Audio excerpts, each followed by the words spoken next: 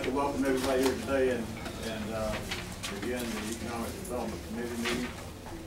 We have several items that we need to talk about and discuss.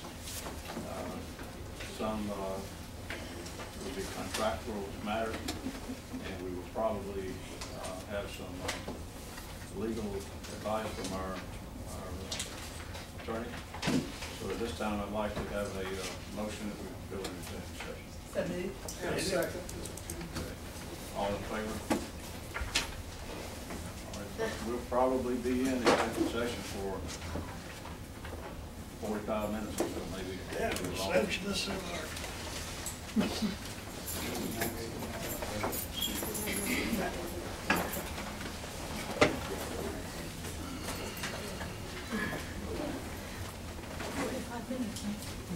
Hey, good to see you.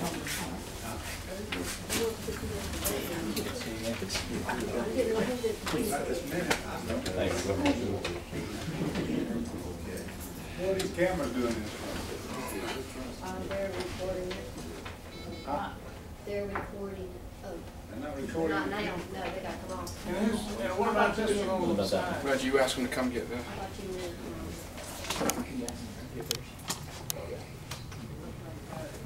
All right. Got it.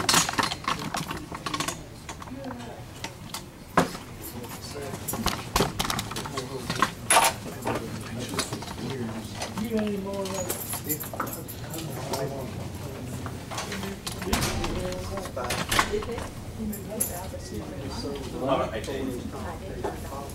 Hey, Dan Dennis, we just got, they just went into executive session, so I'm out. I forgot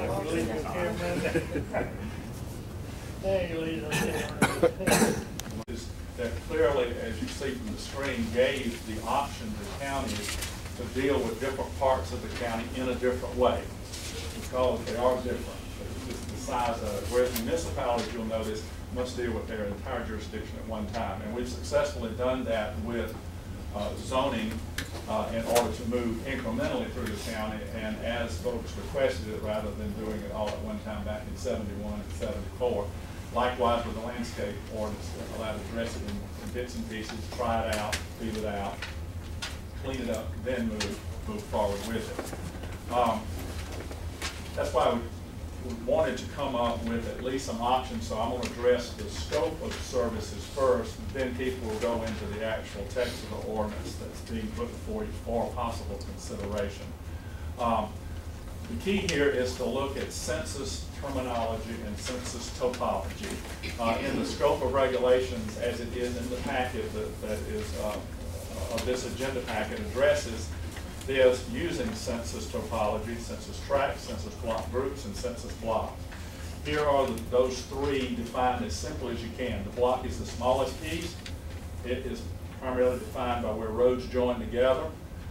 Block groups, as would be implied there, is groups of blocks formed into a larger area so you can have a larger piece of data. And census tracts, we've heard about those for years. That's that largest building block, which may contain two or more block groups, but they're always contained within a tract. The lines do follow each other. In addressing that, we first, in the scope of regulations, played with different density numbers, gradually increasing those numbers to where we actually obtained those neighborhoods that have been considered in the past in need of some fix-up or having problems going downhill, whether it's crime or whether it's values, and make sure they showed up and then at that point stop. And that gave you that density that could then be applied equally. The idea is to try to apply it equally wherever a decision is made. In doing so, you'll notice the first sentence then would say, if you pick the density that it only applies where that density exists, that's the only place the ordinance can apply. And here's what that would look like on the numbers that are in your current graph. Those are the boundaries of the census tracts that would show up in that 85 units per square mile or higher. The block groups is the next map. That's the 135 units per square mile. Keep in mind, block groups are smaller than tracts. This is the ones that would show up with 135. Use the same methodology in both of those, where you kept getting it higher and higher until you did not lose those worst neighborhoods that had the need. The way the ordinance worked, though, you combine those two together, block groups and tracts, and here they are combined. So we're saying, first of all, where that density applies is the only place the ordinance could apply. Now we'll move to the second part of it. So we've narrowed the county down to just the highest density portion of the county. So let's look at the individual blocks, which end up representing neighborhood subdivisions in some aspect there. Here, we also are targeting a number that would likewise target those neighborhoods without going, without eliminating them by going too high. If you apply that number countywide, those are the blocks or the subdivisions or the neighborhoods that would show up. Keep in mind, we've already said in this draft, we're only going to apply it in the densest part of the county. So when you combine that combination with this ends up being the map that is in your packet and was put out to the public. So the green area is the areas that it would be applicable. Is that what The way that's right, the way it's drafted now. Now that represents any problems, but it doesn't say those have to be the ones, but it gives you a technology or a methodology that you could. You can play with those density numbers if that's too much or not enough or whatever. There are some problems with that, though, because obviously homes and neighborhoods next to each other would be treated differently, not necessarily as fair as some other method. So I will label that as option 1. Now, there's probably an unlimited number of options playing with the density, but at least 3 techniques that I'm putting in front of you. Option 2 goes back to that big combination of tracts and block groups, where you're shading in entire tracts and block groups that have that density. The problem there, though, if you'll follow the arrow here, places like the Columbia Airport or the landfill here or the industrial areas, because they don't have that many houses, get left out, and it may not be proper to leave them out. Or you have pieces like down towards Gaston that are protruding out there, you know, without any around it. Or you have the isolated area of Batesburg Lethal being included when nothing else around it is. So that's the downfall of just using that, which is the reason I'm putting a technique for the third option, not necessarily the lines I'm drawing, but I'm throwing a third option up there which starts with that same map of tracts and block groups, but we try to clean it up with boundaries for good continuity. And for those who are familiar with the Columbia Area Transportation Planning, the COACH process, we're required to follow boundaries just like the rest of the country. Metropolitan areas follow an urban boundary based upon density. Our COACH boundary goes between Summit and Gilbert, north of Pillion, and south of Gaston. But the density didn't follow that exactly. We were allowed to straighten it out or clean it up. So just as an example, I'm showing you how you might clean up a boundary. Like on the southern end, follow the straightest line, and get rid of the protrusions and include the donut holes that are left out in the middle. Doesn't have to follow that line, but a line like that. The western side happens to, in this particular example, be pretty straight. Chapin would be an example. You could follow the green as it is, which would be the lakefront only property, or you could go all the way around the Chapin area, so Chapin was all treated the same, either in or out completely. Is that the county line? That's the county line I followed in. So that shows you we have, you know, an option there of making sure it's all in, or just the lakefront as comes up with the density, all in or all out, something like that. So that's where I was leaving in terms of, I think, if there's any desire to do this, it needs to be couched with the fact that there are options to do parts and not all of the county. And counties are unique in that. They're unique in that issue, that it's not all alike.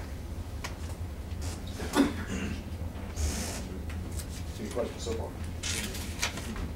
I have a question. Isn't there another way that they could, I understand the situation with the bad yards, bad housekeeping, and everything like that, but I'm also an American that believes in life, liberty, pursuit of happiness, and if they were to propose this ordinance, and it's like I said earlier, if a law-abiding citizen today could be a criminal tomorrow because they fall into that scope of the ordinance where the green was. Isn't there some way that that they could propose some kind of ordinance that would deal with subdivisions where they're having these problems according to their charter, where the sheriff's department could enforce the charter, instead of having to put another burden on people, you know, as far as in ordinances and laws and things that we really, you know, are more oppressive to people. And I used the news article on the lady in Mount Pleasant, South Carolina, got arrested for a messy yard. She didn't show up to court, we know all that, but her business was failing, and she couldn't afford to pay the fine, and she got cited for it, and next thing you know, she's in jail. 10 days sentence, a $408 fine. You know, how about the older folks, people that can't afford to hire somebody to keep their yard up, somebody come by and wanted to cite them, you know, and they'd be criminals. I just think that there's another way that we could do this without passing another ordinance. I can address some of those. I think you've done a good job of explaining why this has never been on the table before in Lexington County, because we have always, that's always been sort of the watchword here. Let's do as little as we need to. You know, get involved as a county only when it becomes very critical. So that's well stated in terms of why we've never done this before, because it does. It goes that way, and it certainly has not been at the forefront.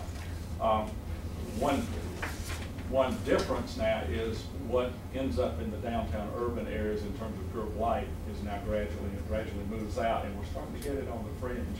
We're getting some legitimate, what I would credit getting close to blight. There are other criminal issues that have been successfully addressed. The problem is, as you've well stated, is that we can't go into the private side, because that is private restrictions and, you know, hands off. I only know one jurisdiction that's done that in this country, and it was Houston. They've gone in and out of it since the 70s, and that was one of the first things I did when I took the job here in '74, was call the attorney for Houston and said, how do you get away with it? Well, we haven't been taken to court yet, because you're enforcing private rules there, which is why we can't. But they had to go back the other way too, because we're public is going in and enforcing something that's private, and we're forbidden from doing that in South Carolina and around the country. There is one other part of it, because there are some neighborhoods that have pretty good deed restrictions, but it involves a lot of people volunteering to go out there and do something, which is very difficult to do. They'd rather the county come in and do it. But a few have been successful, but so many of them are so old that they don't have the method in order to do it. So, but it is a dilemma. It is a dilemma. The problem is identifying the blight some places and not others. We've got a technique here, but it's not going to narrow it down to just a handful. It's going to need to be much more, you know, continuity. I know it's saying probably more than you really intended, but this hasn't. It's not the first time it's come up. Landscape was another example of it, because that was the first time we were letting the administrator use a lot of judgment call. Part of our satisfaction with that was that we understood very clearly that the 9 folks here at any time can stop it, you know, on a dime. You can quit at any point, and that was our marching orders of landscape. You know, you don't do this right, it can stop as quick as it went in. So that's about the only safety valve you have there, is to be that oversight very closely and make sure it's doing what you want it to do and where you want it to do. Also, you know, it also would, there's some people in the green areas that you showed that are self-employed businessmen. They work out of their backyard or their home, and they're right on that edge of that subdivision, and they got storage containers there to keep their equipment in and everything. They'd be in violation or out of business. You know, I know we got a good sheriff's department, and I know they wouldn't have used their power, but what about the next group, you know? And it's, to me, one more regulation on the American people. They don't need it this time. That is the issue, and that might be a good introduction to keep going through this, because that's one thing we've done. Instead of just copying what other jurisdictions have done, which can get quite lengthy and quite intensive, trying to handpick only what might be the most legitimate. Doesn't mean we've done a good job of doing that, but trying to make sure that we address issues like that, as opposed to someone hurting somebody else. Before Keith goes, I have a very good question. You said that with the landscape ordinance that went in, one thing that gave a lot of people comfort was the fact that on a dime, this council could reverse that ordinance, right? Would that also apply to this ordinance? If 6 months down the road, unbelievably successful people were just really ticked off, we could come back to this same council and do away with that? Yeah, you have pending ordinance authority in which one meeting you can. Okay. You can put an amendment enacted right then. Well, okay. Number one, I can't support it, and one reason why, I'm just, for my personal opinion, I'm just tired of government, everybody telling what we can do and what we can't do. That's number one. Number two, we have code enforcement, and I can go back, thanks to the sheriff department, I think it was Alfred Bryant, had an issue with someone had to call grass, mess the yard, and the home was foreclosed. And the officer went through and found the bank was doing it, and the bank went out there and cleaned this property up. And I think that's something that our code enforcement and no more work on it, but maybe it could help solve some of this. And I think that would be a way to move on this. Just like me, I have a pond, and you see lots of ponds in the summertime, it gets dry, they turn yellow, and it looks pretty rough. So I could have a neighbor call me, man, and got a yellow pond down there. You know, I want to shoot that guy if he calls in on me. You know, I mean, we need some of that pride right now. Well, my word, you always upset me. I didn't say that, she just recorded. I just shoot in.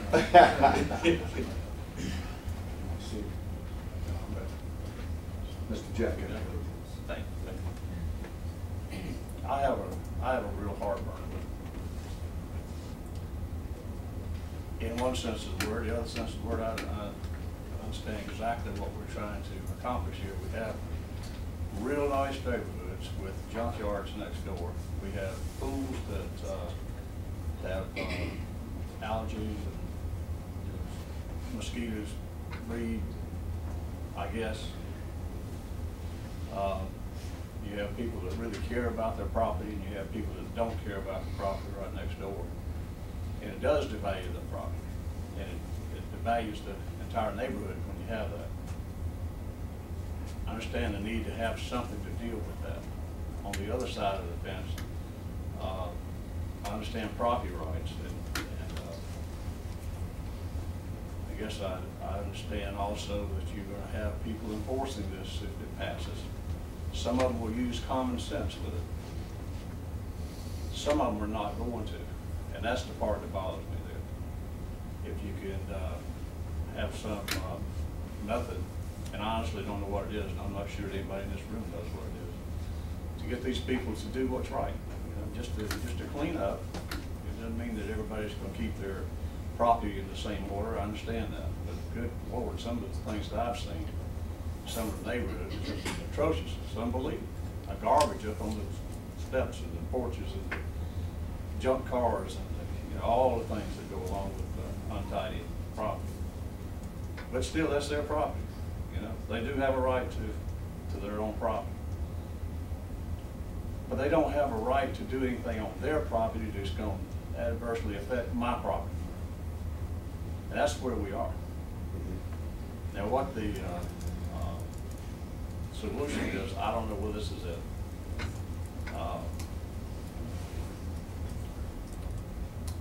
At least this is a start as to a discussion, Chief, and I understand that, and I appreciate you stepping forward and helping us at least all as a body become aware of it. We have talked about it in the past. But I have a real tough time taking people's property rights away from them, because you think it should be one way, and I might think it should be another way. But I guess I think a lot about what Frank has had to say. I've thought about it a good bit since this thing has come forward.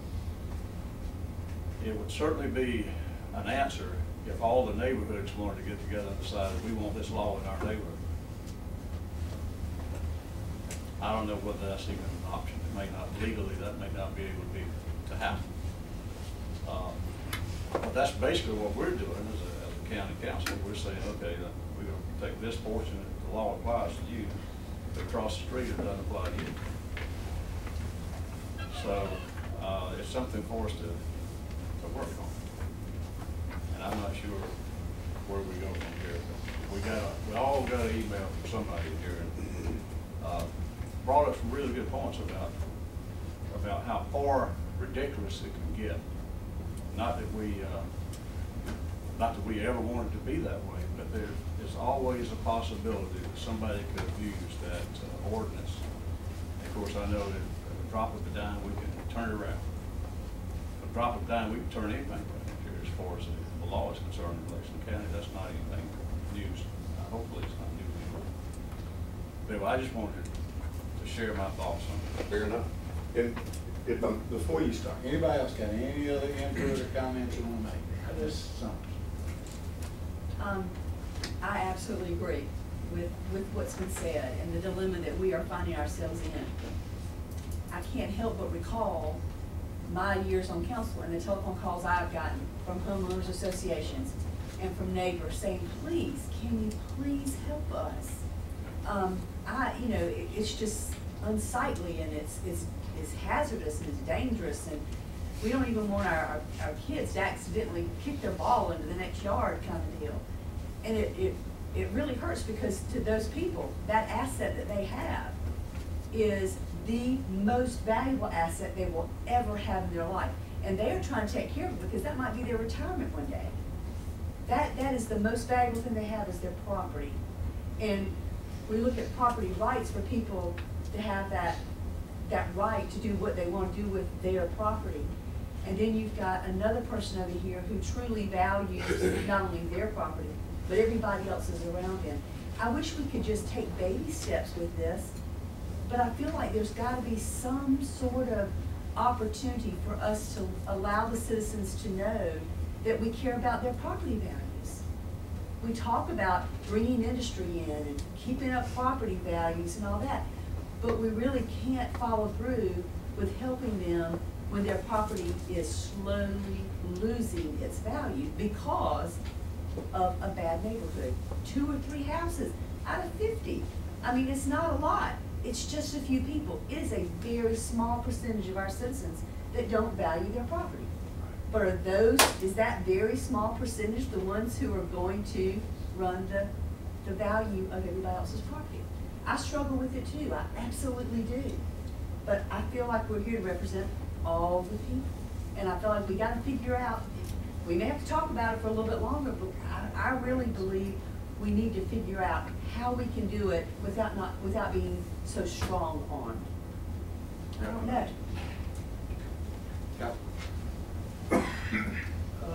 I had my 10th year on this council. I don't recall ever having, maybe I did, but I don't recall having a phone call when someone's upset about a neighboring property because of the valuation.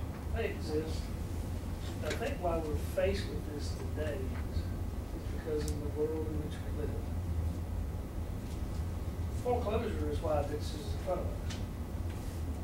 Foreclosed properties is why this is in front of us on our list right now. It's not actively people that are living these properties. It's foreclosed properties. There's nobody there to pay the maintenance. There's nobody there that can get answers from somebody to provide the maintenance because there's an empty home. In years past, those empty homes of foreclosure, some of us know pretty well, but they've been purchased. And they've been cleaned up, and they went on about their way and sold. I mean, that was the thing of the Might as well flip. I mean, they make TV shows about it, flipping and jumping, okay? Taking something flipping.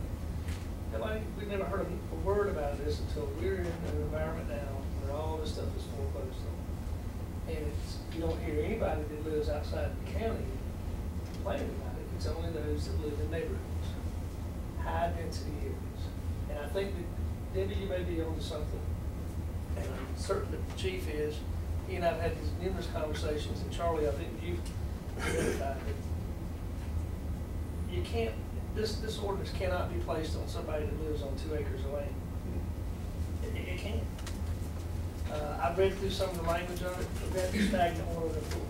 There's not a pool in this county right here today in January. It's not stagnant unless it's indoors, because it's all sitting out there. Nobody's running filters. Nobody's chlorinating them. I'm not mine. It's sitting there with leaves in a little bit, and it gets cleaned out maybe 10 days. So we got stagnant water in January. Am I going to be in violation of the code? It's stagnant because there's nobody there to protect it and keep it up during the summer months. And then it becomes a mosquito hole. So my challenge for the staff is, and I guess for us alike, is to find a balance. It applies to highly dense areas. Some of the language I read, I mean, if you can see a storage container, somebody's, I can see across the street, that church over there, and see a storage container right there. Does that mean that they're gonna be in violation? I think we're getting a little bit too broad. And I know, Charlie, you only can do what you can do to make it fair, and I know that Jeff is giving us a briefings on how it's gotta be evenly distributed, but we gotta figure out how to address the problem. If there is a problem, I don't know if this economy, if this country turns itself around real estate wise, very well, this may take care of itself. But in order to put an ordinance in place now to shoot something to a very, very small target, for me personally, the language of this is gonna have to really get cleaned up. John, it is. I could talk with you just a second. It is a problem in some of the neighborhoods. It's a problem for foreclosures. And I have received a lot of phone calls. Well, I'm speaking personally. But you hit on a subject there, a point that is really valid in a big way, and that is these foreclosures are everywhere, and they're becoming more every day. One of the challenges there is that when the people lose their home, until all the legal work is done, that house many times is sitting there for months and months and months. And the person that left it still basically owns it. Technically, they own it.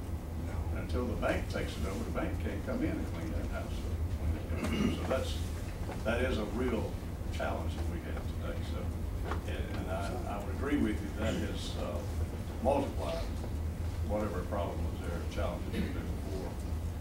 They're really there now. So, and I'm not really sure how you take care of that.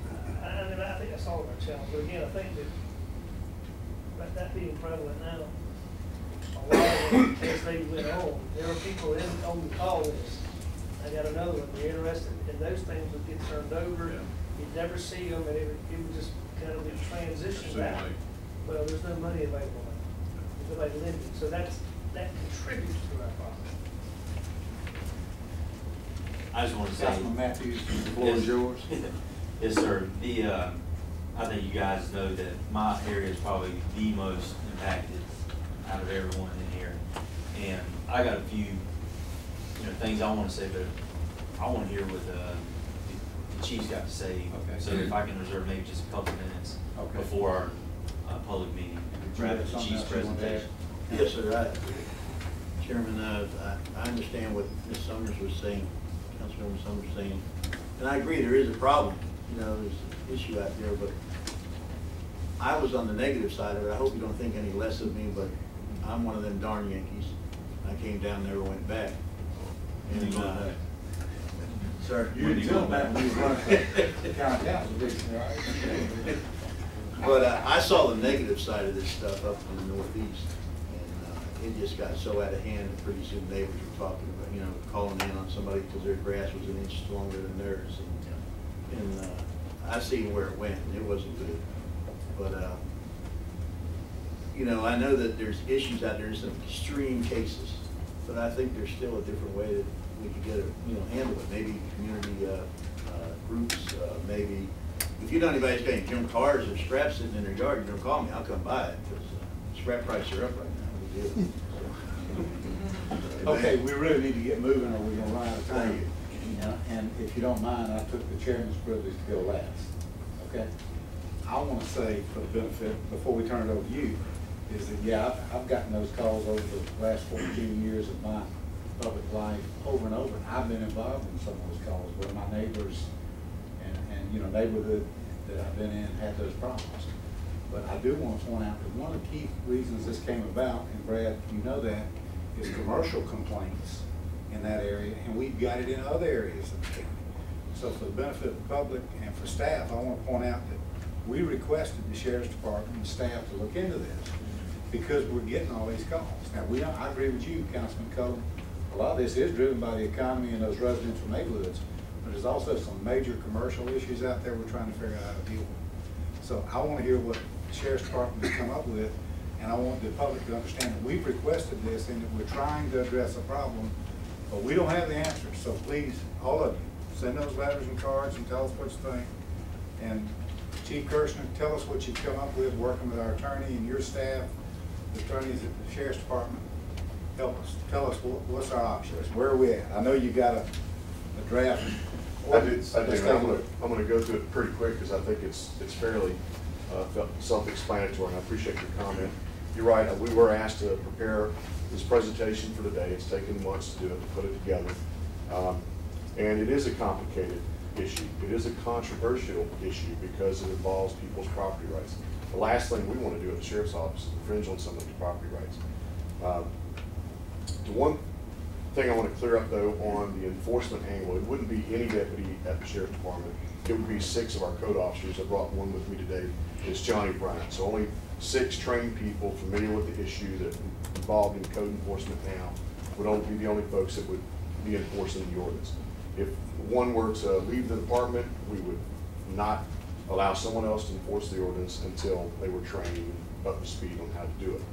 I appreciate your comment, though, Mr. Townsend. I can't comment on what the next guy is going to do. I can't comment on that. And I hope that's a long way off, but I can't comment on what that person would or would not do. So, in response to the request to the Sheriff's Department, Charlie and I have worked together and put together the best proposal that we could come up with. And I'm glad we're finally here today for you to vote on it, yes or no. And that's why we're here today. We're answering your request. Here it is. You're not offending me or the sheriff or the Sheriff's Department or by any means. I think we need to answer what your constituents want, and let's move forward. Get this on the table or get it off the table, one of the two. Talk about it more. If you want us to go back and draft some more language, add something, delete something, we'll be glad to do it. So no further comments. I get it right in the presentation.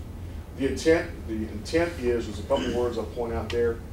Property values, you've all talked about that. I don't think I need to comment any further. And improving safety of its residents. What you find is if you have a certain amount of decline, it gets to a certain degree, then crime, the criminal element can move in.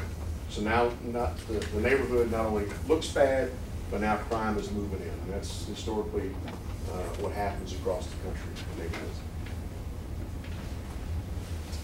One of the areas that I was asked to look at was swimming pools. And this language is very vague because it's difficult to get specific when it comes to swimming pools.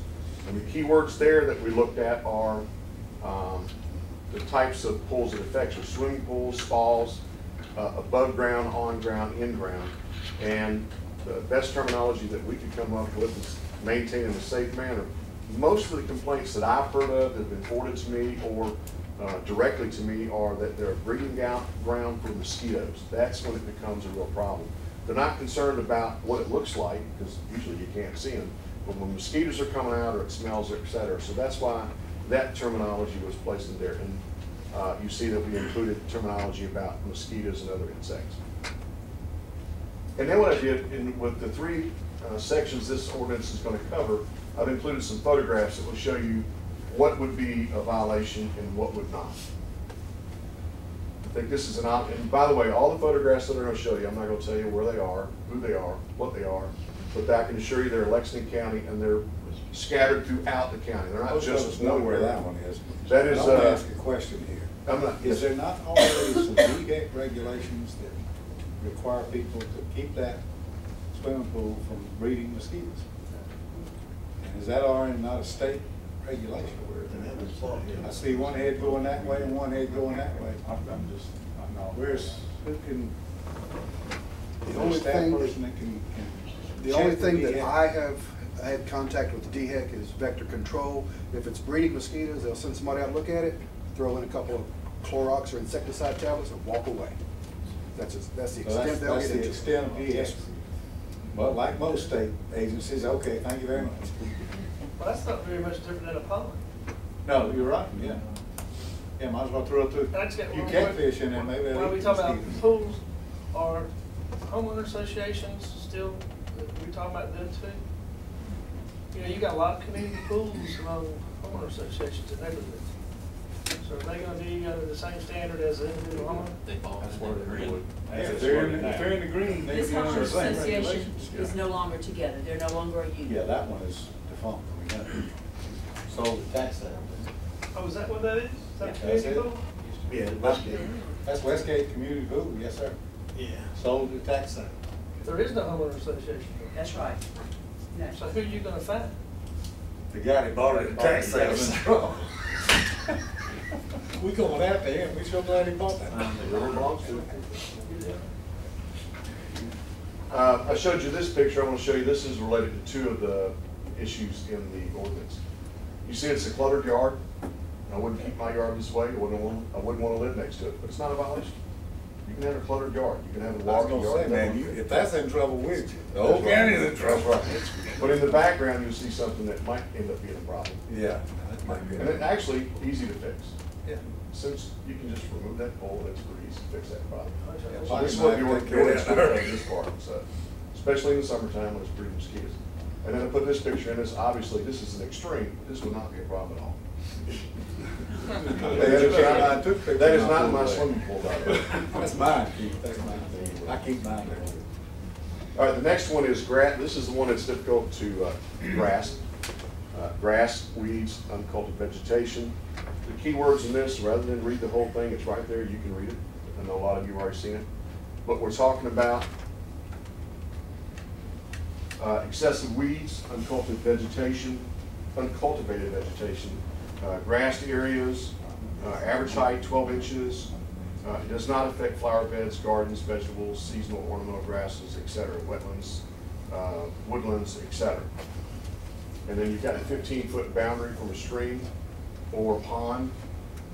Land is actively cultivated, farming, animal husbandry, etc.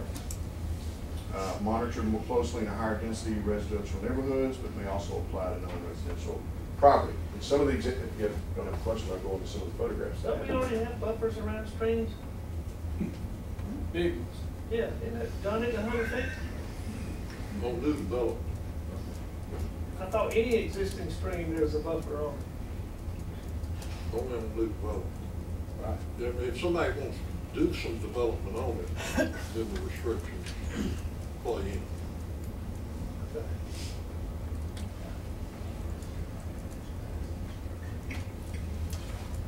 One of the examples that I would say would be in violation, if it fit in the green area. Again, this would be, I tell you, this one I had to take a good look at it, and some of the discussion you're having today identifies what the problem is. Some would look at this and say it's not a problem, and some would. Obviously, the shrubbery up close to the house could fall within a violation, but the grass looks to me like it fits within the 12-inch rule on average. I would say this is probably a violation. And you can notice the structural disrepair on top of the roof as well, which we didn't include in the ordinance. This one I would consider a problem as well. Again, if this is, there are houses on both sides of this house, it's in a residential area, in a neighborhood, in a green area. This is not a problem. Now, a lot of folks would not keep their yard this way, and if they do, or they don't, I don't care. But it's not a violation. You see some of the grass might be 12 inches or greater in length, but on average, it's certainly not. It's nowhere near a violation as far as I'm concerned. Again, another example of some grass that might be a little long, but it's perfectly acceptable and within compliance with the ordinance. This is a home that we put in here because here's an example that you were talking about, Mr. Cullen. It's either a foreclosed or for sale house it's vacant is what it is. And there's even a car in the driveway you see there. We don't have the photograph from the back of the back of the vehicle, but it's actually unregistered. So a vacant home that's properly maintained. It's in a decent middle class, neighborhood. It's well maintained over the West Columbia area. Is foreclosed or just for sale? I'm not sure. I don't recall, but I think it's for sale. The sign you see there on the right was a for sale sign. It's been a few months ago, so it could, I don't know what actually it's been at least 6 months ago since. Yeah, it was when the grass was green, right? It sure is. It sure That is. house has actually been bought. Been bought. Okay. Another one in the same neighborhood, I believe, that's, I believe they had an accumulation issue here at first, cleaned it up, but you can see it's I don't know what its status is, but it's vacant and it's maintained in a perfectly acceptable manner. All right, the last part is that we heard about were drafts and some language for was the portable storage units. And I've probably heard most about this because they've become so popular. And what happens is somebody calls a portable storage unit, have it delivered to their home, put it in their driveway, typically in the front yard. It's dropped off and it becomes their storage shed. So this is the language we came up with, and again, you can read it. And the key language in there that I'm gonna point out is 60 days or more in a calendar year. You can't have it there that any longer than that. There are dimensions 8 feet high, 8 feet wide, 16 feet long. And also placed in the very first sentence is temporary storage shall be used in a transitory manner if they are visible from the adjoining property or public roadways. So it had to be visible as well. And then some examples of what we see, and this is a rather egregious one. Right around the road from my house. And this one is, if I recall correctly, that this. Yeah, I traveled to several locations with Johnny Bryant when I was asked to research the project. Take a look at it for myself, and it might have been this one or actually another one where we pulled up, and to show you the power of persuasion, Johnny had already spoken with a homeowner and asked that he come in compliance with certain codes we had in place already. And he was out there working, no citation had been issued, he was already trying to work on the problem.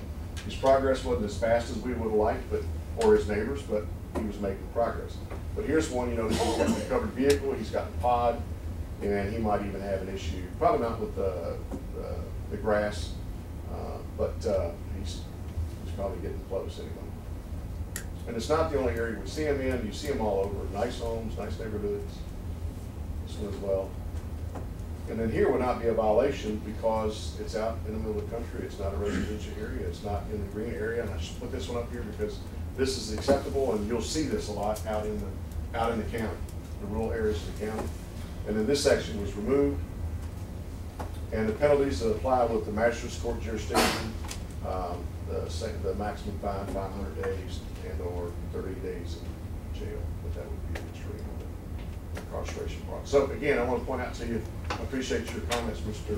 Manning, Mr. Chairman, that it was no way in a vision of the Sheriff's Department or the Sheriff's or mine to put an ordinance in place that would subject anyone to infringement on their property rights or even to proceed with this.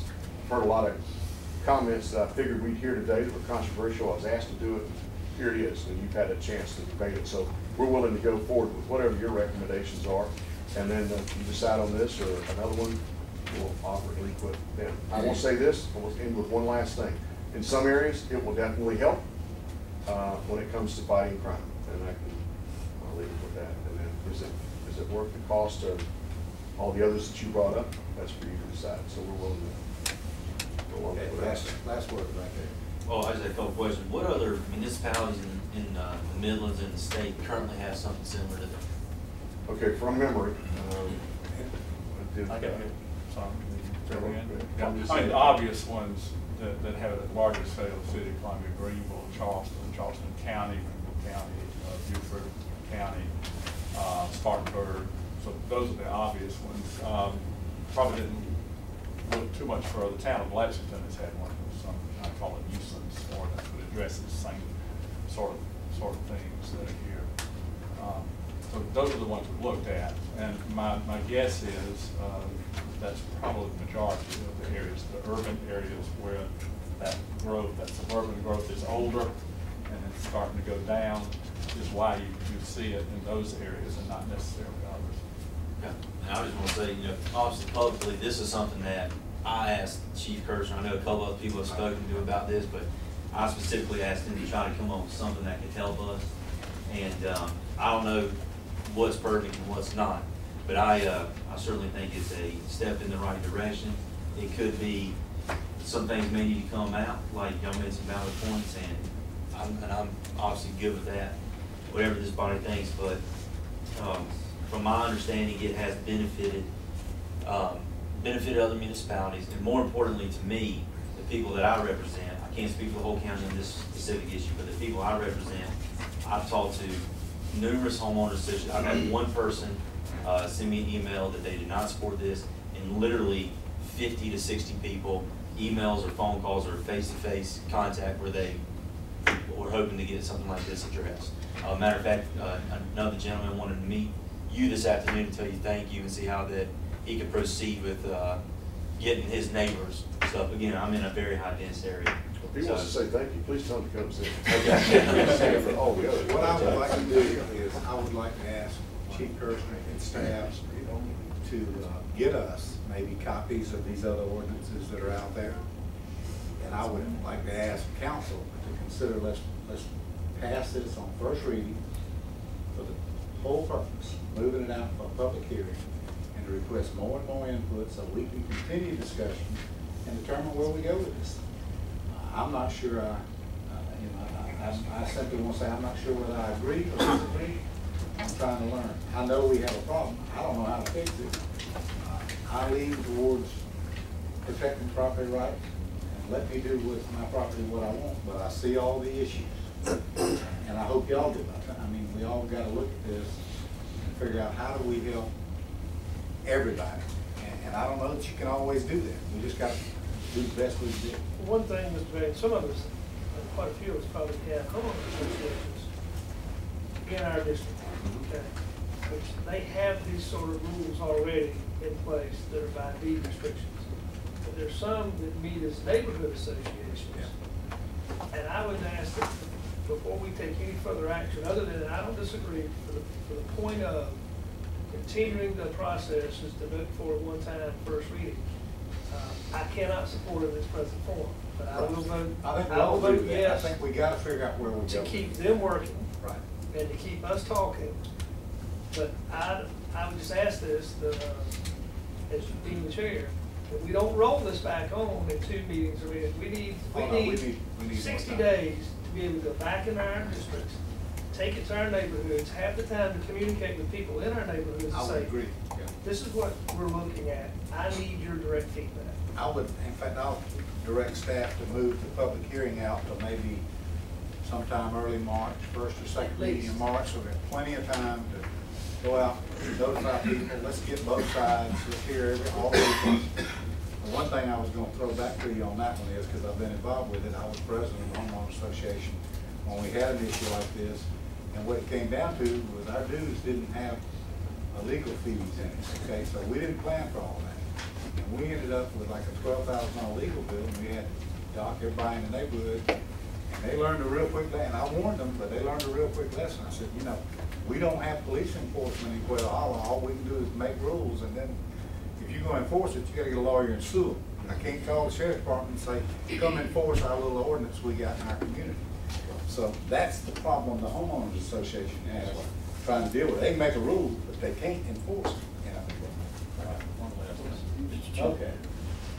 No, there's 2 last things.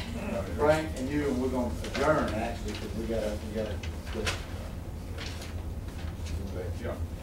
I'm reading the email that all of us got. I just want to clear this up. This is how things get way out of hand. This tells you that if you do not do these things that the county council tells you to do with your property, they will fine you up to $10,000. True or false? Didn't you say $500? That's false. It's not. That's false. Okay. Where'd they get 10,000? The next thing I want to say is I agree with these folks, particularly Brad, because I think he and I have pretty much the same people, and their thoughts are very much alike. We need to do something to protect those situations that you showed us on this screen. Yeah, I don't know where it starts or where it stops. I know we can get this email stuff on that.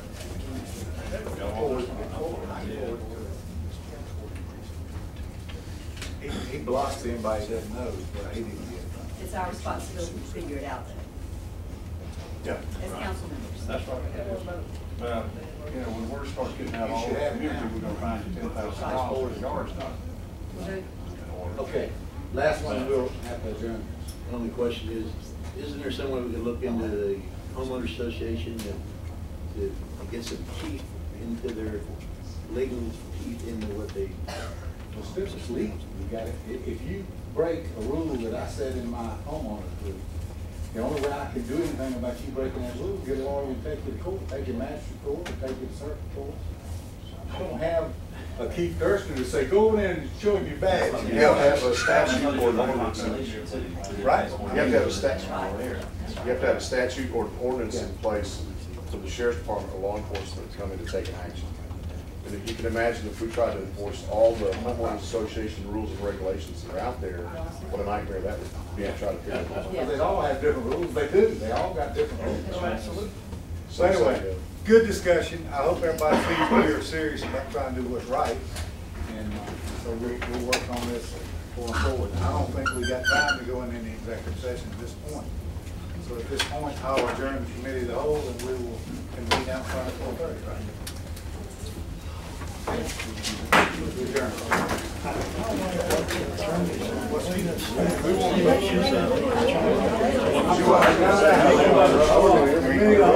Heads up. Heads up, we need a motion. Where's Brad go? To go out of. A motion to send this out for first reading. So moved, Mr. Chairman. Second, Have a motion and a second, all those in favor, right hand? for first reading. For first reading, yeah. Was that five? Okay, Well, yeah. let's see who they were. Educate ourselves. You gotta get it out for first reading. Those opposed? I'm sorry, let me let you say your piece. You don't even want to discuss it anymore. No. We'll adjourn the committee at all. You can move it out.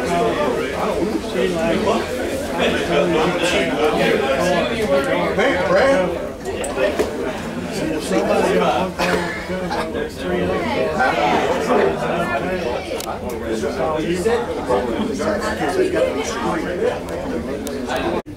Okay, moving on to economic development. Mr. Jeff Cook. Thank you, Mr. Chairman. Ordinance 11-19. I'd like to ask the council to postpone that until the next meeting. Our attorney an opportunity to work out some details. Very good. So nothing else from economic development today? That's all. Thank you. All right. Councilman Matthews, Health and Human Services Chairman. Yes, sir. The Health and Human Services Committee met earlier, and Fire Chief Brad Cox told us about his fire service advancement plan, which it makes a lot of sense to hit the strategic goals of the county of staffing 2 people in each fire department. The committee voted to send this to full council, and my motion is that we go along and support Fire Chief Cox's plan. So, Motion and second by Mr. Heath. Any discussion? Rather lengthy presentation this afternoon in the committee meeting, so I think the council is aware of it. All those in favor, right hand. Again, a unanimous vote. Thank you, Mr. Matthews. Anything else from your committee? no, sir, that's it. Thank you, Mr. Chairman. Thank you. Okay, and I'll report out from the committee of the whole, ordinance 12-02, the property maintenance ordinance, was voted in the committee of the whole to bring out here for first reading tonight. And before I ask you to vote, or ask you to make a motion, since I don't want to make a motion, I would like to explain to the public, for the benefit of those that weren't in our committee this afternoon, that this is an issue that's been, I should say, plaguing this council for many years. It's changed back and forth because of economics and the economy. You know, we know all the issues. If you weren't in the room, you didn't hear all these discussions. But we simply want to say to you, we've asked to move it out and have first reading tonight, with the whole idea that we move it forward with a public hearing and we get your input and the input of our entire community, because we know it's a very serious issue. And it's one that, as some of our staff had pointed out to us, we have stayed away from this one for years and years. Lexington County is conservative, and we're going to stay that way. But we do have issues and citizens who are complaining about the fact that some of our citizens aren't very thoughtful about their neighbors. And you know, I thought about this in the process of this whole discussion, the emails I've already started getting, and I wanted to share something that happened during my last election that I've never forgotten. Ties to this very closely. I live in a pretty affluent neighborhood. Most of y'all know where I live, I think. And there's a street back in the back of my neighborhood where I had some people call me and they were complaining about, get this now, a car sitting in the man's front yard that was dirty. And I rode back there and looked, and y'all, it was dirty. I mean, it was in bad shape, okay? But these people got mad with me and put my opponent's sign up because I wouldn't go make these people wash their cars. I'm gonna tell you something I did, and y'all might not appreciate it, but I appreciate it, my wife appreciated it. After the election, I won, okay? I paid for a portable car wash company to go wash that car. And I sent those folks that were so mean and rude to me and their neighbor and said, you know, a good neighbor would have went over there and washed that car. These people were elderly and disabled. They couldn't wash the car. And it's been sitting there, and their kids apparently didn't care. And it kind of broke my heart that instead of fussing at a politician, why didn't you go try to help your neighbor? And I say that to all of y'all for us to think through this whole process.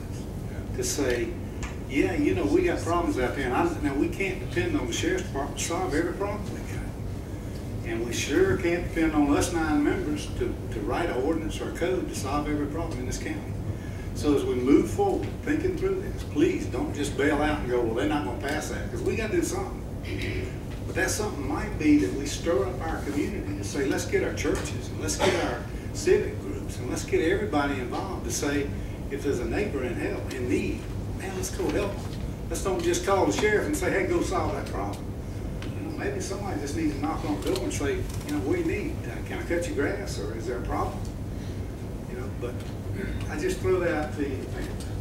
We got to figure out how to help people, but it's not always write an ordinance. So let's just try to work through this. If it takes an ordinance, let's do what we got to do. We're elected to do that. Okay, but no, the answer isn't always write a law, make an ordinance. So let's just work through this. So I want you to understand that's why we are moving forward. No, I don't think any of the 9 of us up here are ready to pass this ordinance. But we're going to pass it on first reading so we can have a second reading or a public hearing before we approach a second reading. And we're challenging staff to go look at what's out there, look at what other communities are doing. I don't think it's always make a law. So let's see what we can do. Okay. With that, I'd like somebody to motion that we pass this first reading. So moved, Mr. Chair. Let's move on and talk about it. Second. Got a motion, second. There's a discussion period, Mr. Yeah, Chairman? let's have some discussion. I mean, a lot of folks weren't in our discussion this afternoon. So anything y'all want to talk about, we got a few minutes. We're up. And I really don't want to repeat what all we said, and I No, think. please don't. Let's don't hear it all again. And I think your dialogue is right on. I think it is accurate as to the assessment of what we are faced here, is particularly the unincorporated area. However, some of you, I guess you want to understand, this has nothing to do with the municipalities in which they have the ability to set their own ordinance in place. This is the unincorporated area of our county. I just wanted to make one note that we did agree as a committee that this is not on a fast track. No. That there are some of us that have neighborhoods in our areas that we want to take this back to the neighborhoods and let them have some feedback before, because not everybody has the opportunity to come to our council meetings, and I encourage them to come to our council meetings, especially during public hearing. We know a lot of times when zonings and road classifications show up in neighborhoods and areas that are heavily traveled, we get a lot of people here. I suspect we probably will get a lot of folks here under this ordinance, which I think is healthy. And we really need to hear that. But with that being said, I just want to make sure that we all do agree that we're going to put this thing out about 45 to 60 days so that we have the opportunity to go out in the community, discuss it with your neighbor, discuss it with your family, talk with the folks in your neighborhood, and just give them a feel of what's going on. I can't support it as it's currently written. However, I think staff, along with the council, we might can formulate the ordinance that does work, and it does encourage what our chairman just asked us to do. So that's all I have, Mr. Chairman. Very good. Anybody else got anything you want to add? Yes, sir, Mr. Chairman. I just want to also make a point for those that were not in the committee meeting that we had, that this council, myself particularly, gets, especially in a hard dense area, gets certain calls more frequently than others. And there's no teeth for our code enforcement officers on certain situations or homeowners associations. And this council and myself asked the sheriff's department, they didn't bring this to us, we asked them to come up with a few ideas that could address this. So I wanted to also point that out, because I know we talked about it back there, but wanted to make it out here as well. Yeah, we need everybody to know this is not some conjured up thing from anybody. We're just trying to solve problems. We want to do it the right way. Okay, Council? Yes, sir. Thank you. There were a number of things brought up in the committee meeting today. Like that last quite a while. One thing that was brought up, which I thought was a good point, that we're seeing more and more of these homes that are not taken care of. They're looking really bad, making our neighborhood look bad. And that is because of foreclosures. And we all know that we're in a tough time right now, and foreclosures we're seeing more and more of them every day. Hopefully that's slowed down quite a bit, and I think it has, and hopefully it'll stop one day, or at least get way down. But those situations is kind of a challenge also. That's because when a family or a person, a homeowner, loses their home, and they know that they're going to be foreclosed on, they'll move out. Many times they'll move out before all the legal proceedings are done. Meanwhile, the house is just going down to bad repair, and it looks horrible to the neighborhood. Contacted mortgage holder. The mortgage holder doesn't own the house yet. So until they actually take possession of the house, the homeowner still owns the house. They don't care what it looks like. They're gone. They may have left the state. Who knows where they are? So that really creates a real challenge for some of the neighborhoods. And maybe Mr. Dane's correct. Maybe the neighborhoods may have to come together to correct some of these situations until we have a property owner that can take care of it. If you've lost your home, more than likely you don't have a lot of money to repair. So this is a very challenging ordinance to try to come up with an answer. On the other hand, it's not fair for someone living in a home that can't afford to take care of their place, but they don't. They have garbage on the front porch. I mean, folks, you just wouldn't believe some of the sites that I've seen, and probably most of you have seen it also in a nice neighborhood. There's just no excuse for that. Like, upkeep, we'll say. So where do we go with this? We don't want to take anybody's rights away. We don't want, as I stated in the meeting back, you don't want somebody beside you or a neighbor beside you to do something that's going to adversely affect the property rights or your property values right next door. And that's really what's happening here. So I wish we didn't have to address this. I really do. And I think most of the council feels the same way. And probably you, most of you folks do too. But I want to bring that up about the foreclosure and let you know that's one big problem for us now. Thank you. Mr. Townsend, go right ahead. I'd like to say that I understand that there is a problem out there also, but personally, I'm against any kind of ordinance that would impose government regulation on people's personal property rights again. I think we have enough of them.